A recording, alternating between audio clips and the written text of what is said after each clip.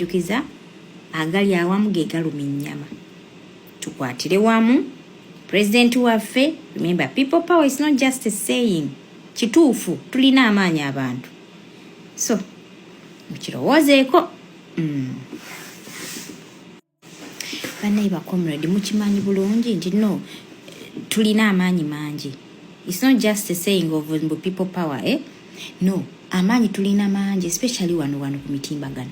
Kati nze mbadde nteesa, mulabye mutya bwe tusitukira wamu nga bulijjo. Ne tuzaawo embeera eyabaddewo before nga bano babbebi tebanna batigumbula. Mulabye mutya. Because fenna tumanyi lwaki bino biri mu happening abagezaako okusirisa n'okukakanya okunafuya message president gy'atambuza naffe gye tubadde tujja tutambuza. Kati bino bibana babitaddewo, it's obvious mubimanyi. So nze mbadde ngamba n'olw'ensonga endi tukawadde obudde obumala buli omu akwogeddeko buli omu asubmit nze ndowooza ye analysis ye fenna tufuuze basically balooya bajjaji ate ng'era tubisobola. Naye nze mbadde ndowooza kati tubaleke tudde gye twalina, tudde ku mulama gwe twaliko. President yitannazikiza, tetulina kuzikiza. Mujjukira embeera nti yaliwo nti kati yakyuka kuva kana akaninkini kano bwe kakola bino ebintu. So muwalaba mutya nti boy basindika kino nga ffenna jjukira ffe tusinza amaanyi wano nga naffe tusindika nga twongeramu omuliro twongeramu. I'm telling you bakasuka kino nga ate ffe tusitukirawo mu maanyi nnyo nga twongerayo nga message tujjongerayo bwe baleeta biri okulaga mbu mulimu justice mu judiciary simanya biki nga naffe tujjayo bwino abaana abasibe be bataddeyo ababonaabona. If it means bringing back stories abaana ze baayogera tuzireposting tuzibakube paka kuwulira bubi. Yes, tetubawa kaaganya wano wennyini bwe batwagala. Naye president aleeno akola ekirina okukolebwa.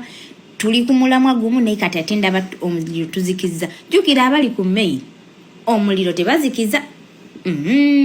So baddiya n'obuwombeefu obungi ennyo tuddeyo ku pointi. Embeera tugizeewo yaliwo. Embeera tugizeewo.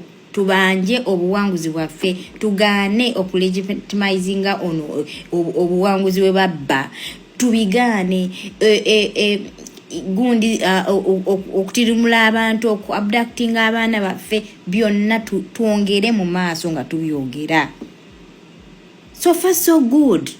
Mulabyewo engeri, mulabyewo success before. Na president yagenzi gye bamuyise human rights bali abusing and no democracy byonna mbega tubiddeko tubibeeremu. If it means reposting ebya posting redda fenna tubijjeyo tubitereka tubizeeko. Basikeyo kano nga ffe tutumbula tetukyusamu because the situation hasn't changed. It has not changed. So but dear, yes, kinjimanyi bali mu kukuba mayumba, bali mu kukola biki basically ebintu bingi nnyo ebigenda maaso naye tetujjaako naffe kigere ku muliro kuba abali ku main bo bavugiza speed. Naffe twongeremu speed, kasukaali twongeremu, tukwatire wamu ne president waffe. Ebirungi biri mu maaso nze bwe enteesa ba sweet.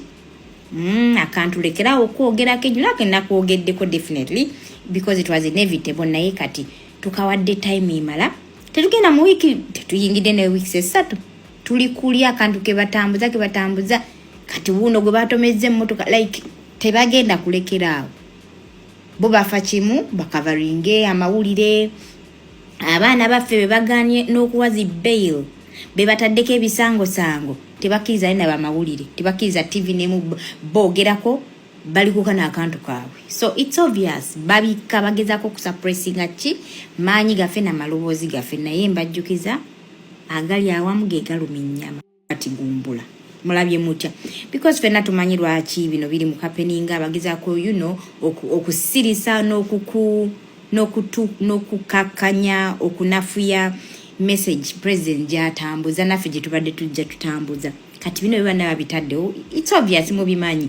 So nze mbadde ngamba n'olw'ensonga endi tukawadde obudde obumala buli omu akogeddeko oli omu submit nze ndowooza ye analysis ye fenna tufuuse basically ba lawyer ba judge ate ngera tubisobola naye nze mbadde ndowooza kati tubaleke tudde gye twalina tudde ku mulama gwe twaliko o president yita nazikiza tetulina kuzikiza mujjukira embeera nti yaliwo nti kati yakyuka kuva kana akaninkini kano bwe kakola bino ebintu so muwalaba mutya nti boy basindika kino nga ffenna jjukira ffe tusinza amaanyi wano nga naffe tusindika nga twongeramu omulongo twongeramu I'm telling you bakasuka kino nga ate ffe tusitukirawo mu maanyi nnyo nga twongerayo nga message tujjongerayo bwe baleeta biri okulaga mbu mulimu justice mu judiciary simanya biki nga naffe tujjayo bwino abaana abasibe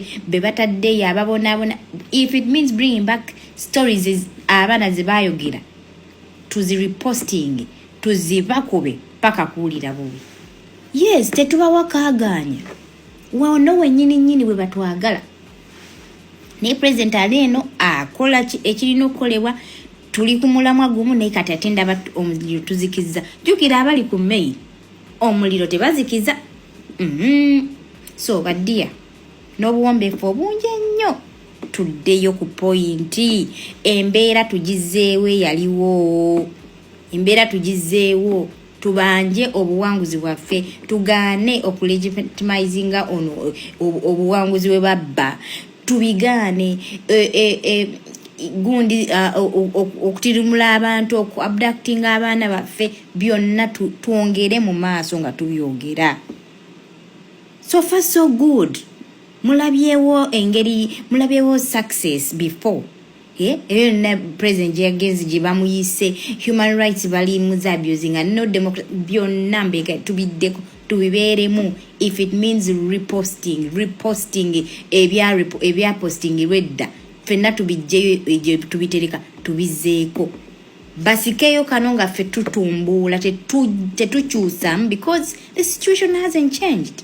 It has not changed. So but dear, yes, kinjimanyi bali mu kukuba mayumba bali mu kukola biki basically ebintu bingi nnyo ebigenda maaso naye tetujjaako naffe kigere ku muliro kuba abali ku main bo bavugiza speed naffe tuongeremu speed kasukali tuongeremu tukwatire wamu ne president waffe